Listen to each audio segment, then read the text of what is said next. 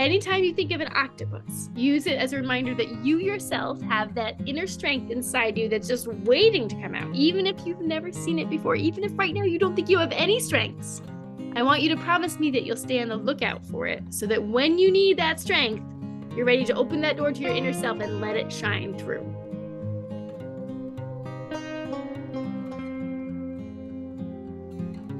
Hi! Hello!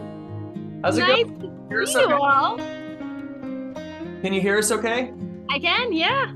Awesome. Well, hey, I just want to say I'm Mr. Bishop. Thank you so much for coming to do this with us today. We're really excited. I know all of my students have a question prepared for you, and I know we have about 30 minutes, so we might not get to everyone. But yeah, we just want to say thank you for being here, and I don't know if you wanted to start off by saying anything before we get to the questions, but I'll kind of just leave that up to you. I don't know. I think I'd love to make sure to try to answer everyone's questions. So let's start with that. And then if I've got other things to add at the end, we can go that way. I'm very happy to be here. Thanks for inviting me into your classroom, everyone. Maddie, I saw your hand up first, so why don't you go ahead?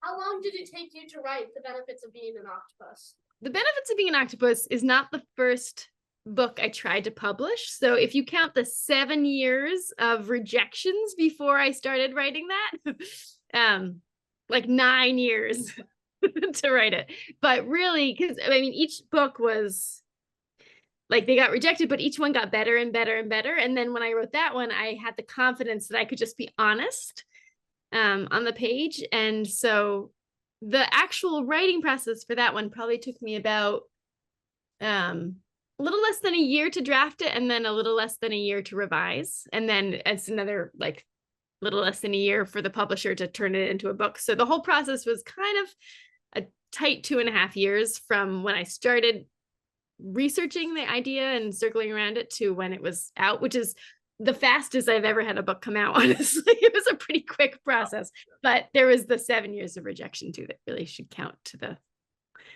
the total. What do you think was the most serious part in the book? Yeah, so I think she's meaning like maybe one of the most powerful parts of the book from your perspective. I think it's when they finally escape.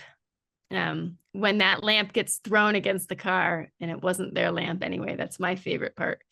And I feel like I wanted that part to sort of reflect what they had to work with, but also how trapped they were at the same time. And so there's a lot of people in that situation where you just can't leave where you need to leave because you don't have the money to do it. And so I wanted to honestly reflect that. Anything you wrote in the book based on your life? It's interesting. So Zoe and I have a lot in common in terms we both start without a ton of self-confidence, and we both end up with confidence in part because we were sort of forced to choose a side in a debate that we felt like was not a black and white situation. And we felt like there's a middle ground, and why is no one talking about this middle ground? And in both cases, the topic was gun laws. So that's pretty similar. The actual obstacles that she's facing, though, are not things that I had to face. I felt like other people were better than me when I was growing up. I was like, most kids had nicer places to live than I did. Most had 2 parents. I just had a single mom. But she has way more obstacles than I had. And even without those obstacles, I still felt like, okay, I'm not as good as the other kids in my class. I look at them and think, well, their thoughts are important. My thoughts aren't important. So I didn't raise my hand. I didn't write my thoughts down. Never thought I could be a writer. It was like at the top of the list of things I did not think I could do, in part because I didn't have that confidence. Did you have any inspiration for making Zoe the way she was? So a few months before I started really zeroing into this story idea, I was having a conversation with another parent in my town. And my town, most of the families are similar to Zoe's family in that they're struggling to make ends meet. And she's like, the woman I was talking to is a guidance counselor at one of our elementary schools. And she's like, our kids never see themselves in books. You're a writer. You should write that book. And at first I was like, I don't think I can write that book. That book should be written, but I don't think I'm the person to write it because I didn't have all those obstacles that Zoe has. But I sort of kept thinking about it over several months, and Zoe at some point Zoe appeared so fully formed as a character. I thought, I know who she is. And it's because I was tapping into all that emotional truth from who I was when I was her age. And so that's when I was like, oh, maybe I can write this book actually. So yeah, it was one of those things where it took me a while to come around to the idea. And then I was like, oh no, can do this actually. Before you wrote the book, did you have any like characters that you had to like take away? That's a great question. There was an uncle that I can barely remember at this point, but there was an extra family member that got cut kind of early on from like, it was like Lenny's brother, I think. And other characters. People wanted me to cut Frank, but I was like, no, you just need to have like a volcano sitting in the middle of the living area at all times. It can go off. So I fought hard to keep Frank. And yeah, I think those are the main character switches. Was there any reason that you named Jane Kitty?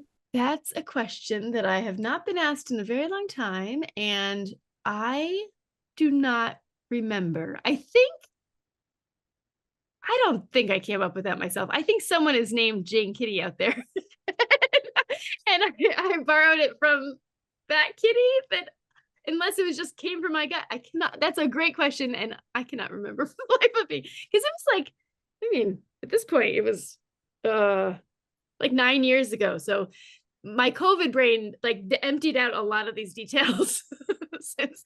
So things I haven't been asked in a while, I don't have the answer to them anymore. I'm sorry. What do you think was the hardest part about writing Benefits of Being an Octopus? The hardest part was I wanted to be honest on the page, but I didn't want the reader to give up too soon, because like if you have sort of chaos as you open a book, it's like, I can't handle this. I'm not going to read this. And so it actually took me 5 tries to get the beginning, figure out where the story should start. I rewrote the first 50 pages of the book 5 different times from scratch.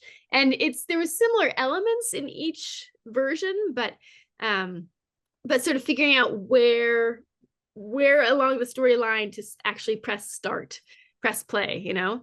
That was really hard because I wanted it to be real, but I also wanted the reader to stay with me through like the first 5 pages at least. And then on a flip side, at the end, I wanted to make sure that there was hope at the end. And sometimes it's a messy, complicated situation trying to get a protection order about someone. And so that part, I was like trying to find that, where can we find the hope that's pretty like where like it's not too complicated of a situation. I think now if I was going to rewrite the ending, I would include more complexity. I think I'm a better writer now than I was then, and I'd be able to handle it a bit more than I could at the time. But like finding that like realistic enough, but also still getting to an end, finding a resolution was a tricky balance. That was a great question. Go ahead. Where did you get the idea for this book? Well, so it was interesting. So I had that conversation with the guidance counselor that sort of started me on it. And then when Zoe appeared so fully formed, I was like, oh, like I know her. But that's like, so when I'm forming a story, you have one point, one idea. That's not really a story necessarily. It's like Zoe was my first point. She by herself is not a story. But I like to have 3 points. Because then if you have 3 points, so like 1 point, not a story. 2 points, it's like forms a line. It's like a boring story. 3 points, when has anyone ever put these 3 points together? That's when it takes up space. It like starts to come to life. Like as a triangle. Anyway, so the Zoe was my first point. And then I thought, oh, I'd love to really explore the cultural divide between kids like Matt and kids like Silas. Because in the work I was doing around advocating for gun laws in Vermont, there was a lot of judging happening from either direction, both directions towards the other. And I was like, there's a lot that we all have in common that no one's talking about. And so I really wanted to sort of explore that divide. And then I was like, okay, but I want this to be a middle grade book. Like those are two pretty heavy topics. And so I want something that's both honest, but also kind of light. And if you take honest and light and you combine them, you get weird. And so I was like, okay, I need something weird. And I was like, oh, what if she's really into octopuses because they have all the arms? And a lot of times with writing, you sort of listen to your gut and then you test it out to see if it works. So I was like, okay, I'll read this book about octopuses that I want to read anyway and see if that seems like a good fit. And it was on page like 3. It was talking about the camouflage abilities. And I was like, oh my gosh, why has no one written this book yet? Like, this is all coming together beautifully. So then when I had those 3 points of Octopus, Zoe, and this like cultural divide, that's when the story really started coming alive. Why did you choose the name Zoe?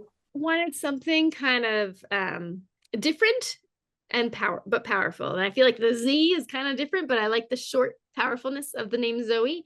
And sometimes when I'm, especially for a main character, if I want to get just the right name, I'll scroll through baby name lists from whatever year they, in theory, should have been born, and just scroll and scroll and scroll until I'm like, that one. And I don't think I got to that step. I think Zoe appeared as a name, not right away, but like after a couple weeks. It does take me a while to figure out someone's name. I sort of know a lot more about them as a character before I figure out their name usually. But then once they have a name, I can sort of start fleshing them out even further. Are you planning to make another book or a sequel to Benefits of Being an Octopus? So it's a complicated answer.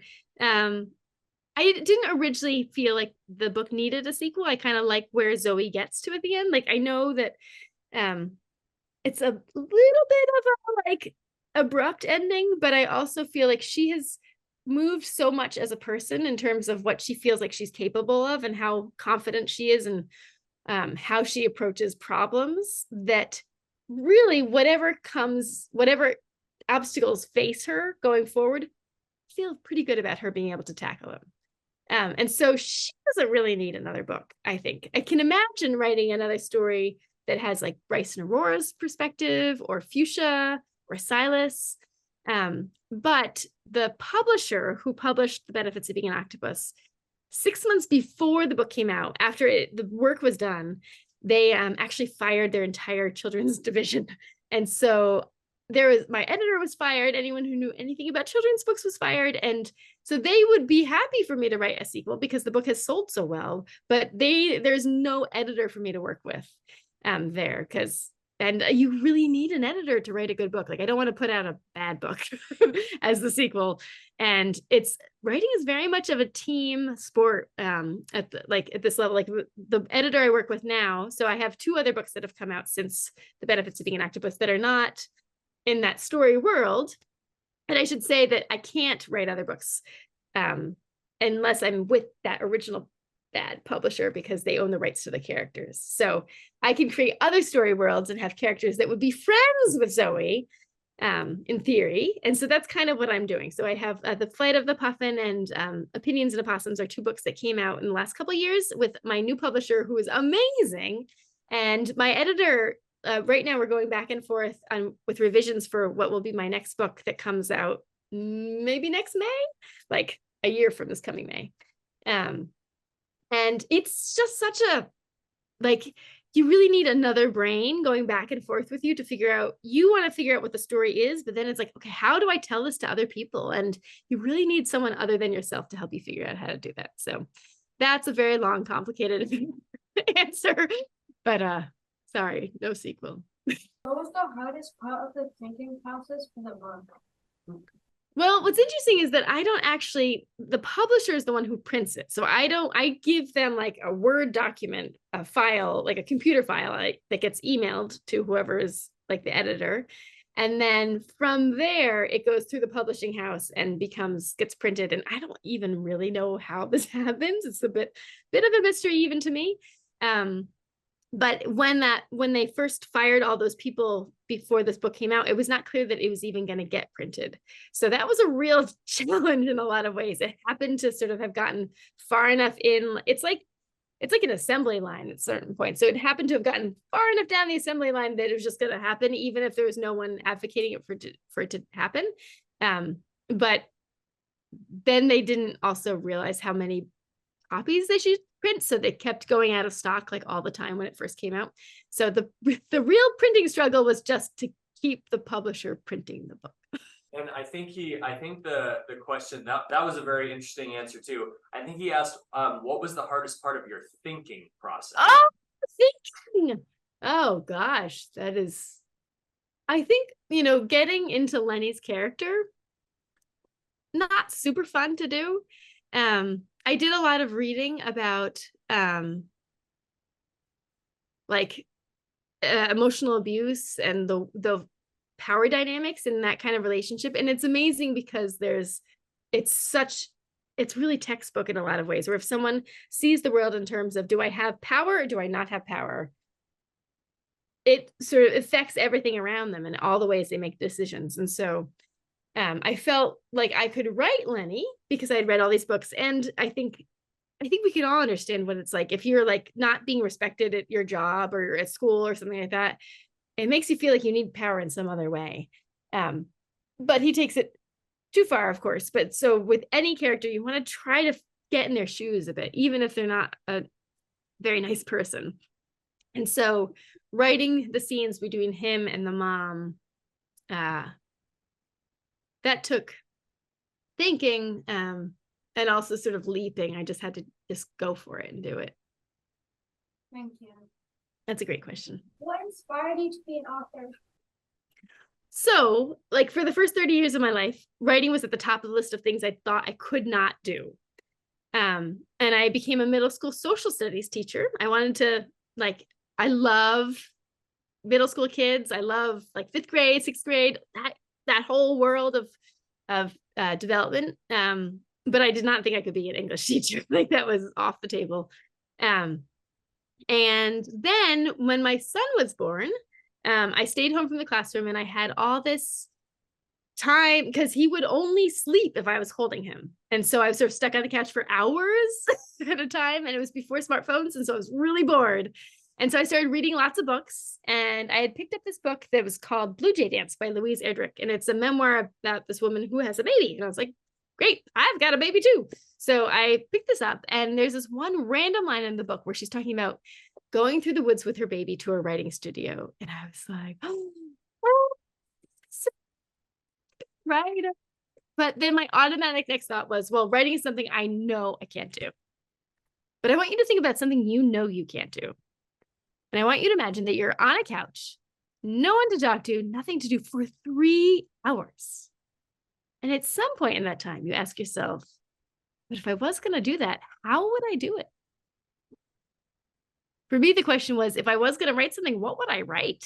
And it's not like I had a whole story idea come to me, but it was like, oh, maybe it could be this kind of setting. And then the next day was like, oh, maybe it could be this kind of character. And then the next day was another little detail and then another little detail. You do that for 2 months, you start to have a story emerge, whether you like it or not. And I got this little netbook computer, baby in this arm, netbook computer in this arm, started typing one-handed, which shows a certain level of desperation because like capital letters, very hard to reach. But I thankfully read this book that said if your first draft is really, really bad, then you're doing it right. And I thought, well, I'm doing this so right then. So I kept going and I kept going. And eventually I got to the end of this story.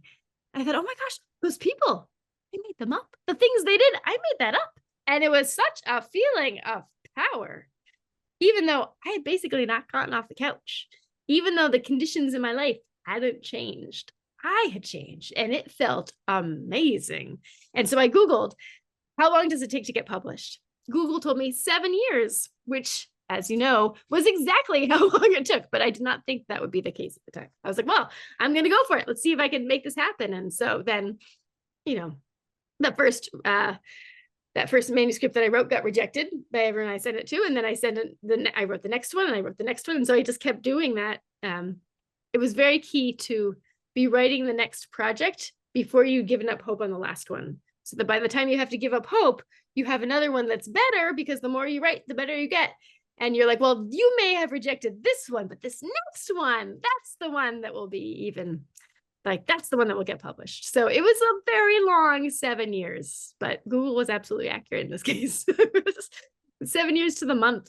So you said earlier, you were talking about Frank, and you said that you fought really hard to make sure that Frank was in there. And so I guess it's kind of a two-parter. One is, are you referring to like the editor, the publishing team that you're trying to convince? And two, is that a frustrating part for you of the creative process to feel like you don't have full creative freedom in some contexts? That's a great question. And I think I don't think it was my editor. I think by that, I think she was on board with Frank. I think it was in the writing process, you get feedback from a lot of different people at different stages. And so I have critique partners or people we'd exchange manuscripts with. And so it was sort of other writers that were pushing me to simplify and get rid of Frank. And so it's not as hard to advocate for Frank in that case because they are not publishing the book and my editor was on board. And so I think one of the things that's most important, and I have not been frustrated about the creative process with when you don't really have full control, is because in all cases of all three of my books, my editor has had the same vision for the book that I have. Like the same core of the story is important to them as is important to me. And so then we are sort of working together to figure out how to best tell it. And like with my editor right now, she will, when something's not working, she'll ask questions. So it's about like, all right, so it doesn't mean that I have to necessarily get rid of this thing that she wants me to get rid of, but I have to figure out another way to answer that question. If we're not going to cut that. I should say that in my most recent book, Opinions and Opossums, I did fight hard and lost the book is about these two friends. They're kind of weird together and their hobby is writing stories from the perspective of abandoned shopping carts. And I had all these shopping cart stories in the book that she's like, you gotta really cut out a lot of these. So there's some that are still in there, but that was one piece. She was absolutely right though. She's always right. And so sometimes I'm like, okay, I'm going along with this because I know she is right, even though my heart is a little bit breaking. the lack of all these very elaborate, very weird shopping cart stories. So but it's just amazing to be with someone where you really trust them. And so it would be different if I did not trust her. It'd be a painful experience, I think. What do you think was the funniest part in the book? I don't know if it's funny. I guess, well, it's like the way Bryce and Aurora play with each other, like in the way with they're just imagining things and like have their own full world of like what's going on and what they're making up. And I love that. I don't know if it's funny exactly. Are there funny parts of the book? I'm not sure. Yeah, I'm trying to remember. I actually thought that elements of Frank were kind of funny. Yeah, he has the cinnamon tooth floss that was pretty weird, funny. Do you have any pets? I do. I might be able to go get one too. I have two cats. One is big and very shy, and his name is Boomer. And the other one is a new kitten, whose name is Coconut. And he does not know how to not use his claws. So he will like climb on you, but I'll go see if I can find him. Because he will probably like feeding people. Is this Coconut? Want to say hello? Yeah. So cute. He's a very spiky kitty though. Ow. Very spiky. Who's your favorite character in the book? Ooh, I think Silas. I mean, Zoe is like me, but Silas is my favorite character outside. Main character is a little much of it. I can't really say that. It's too cheap, too easy. But yeah, Silas is. What made you give Zoe so many siblings? Or half siblings? Yeah, I wanted to reflect what I feel like a lot of kids have to deal with when they have to be the mom and have this like chaos that they're in charge of corralling all the time. And I think there's so many kids that are put in that position, and I wanted to really reflect that on the page because they are heroes who don't necessarily get told that they're heroes at school. And they're not necessarily getting told that they're heroes at home either. And so I wanted them to be told in this book that they are heroes. What is your favorite author? And if so, do they have any inspiration on you from the books? Yeah. So I think my favorite author is Jason Reynolds. one of his books, so Ghost came out around the same time that I had finished writing this. And I was like, that's the kind of book I'm trying to write. And so that was like just where it feels real. He just writes characters that feel like real people just popping right off the page.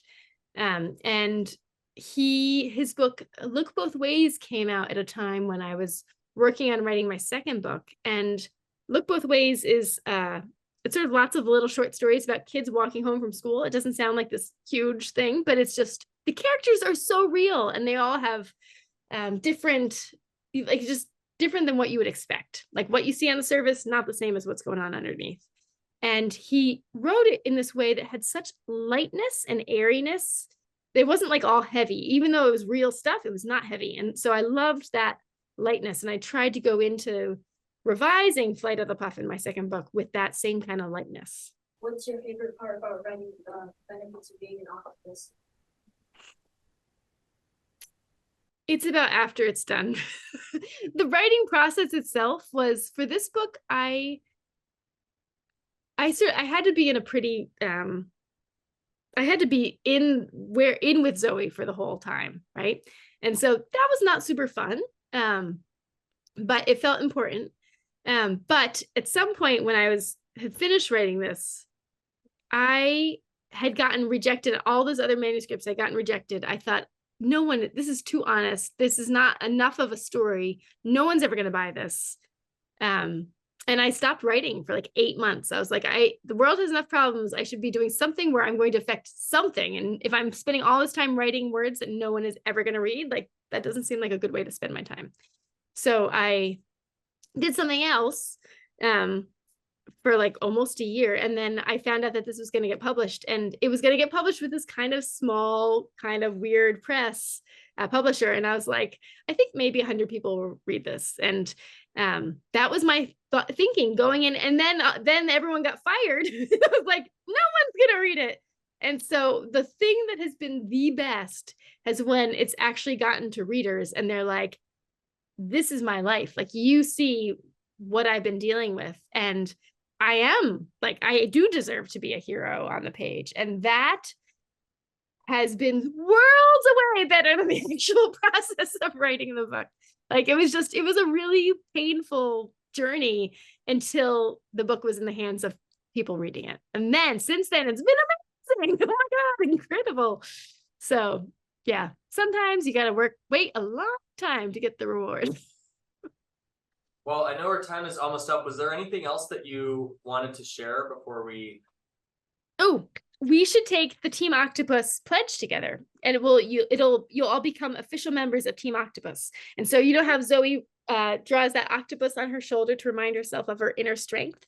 I want you to promise that anytime you think of an octopus, use it as a reminder that you yourself have that inner strength inside you that's just waiting to come out, even if you've never seen it before, even if right now you don't think you have any strengths.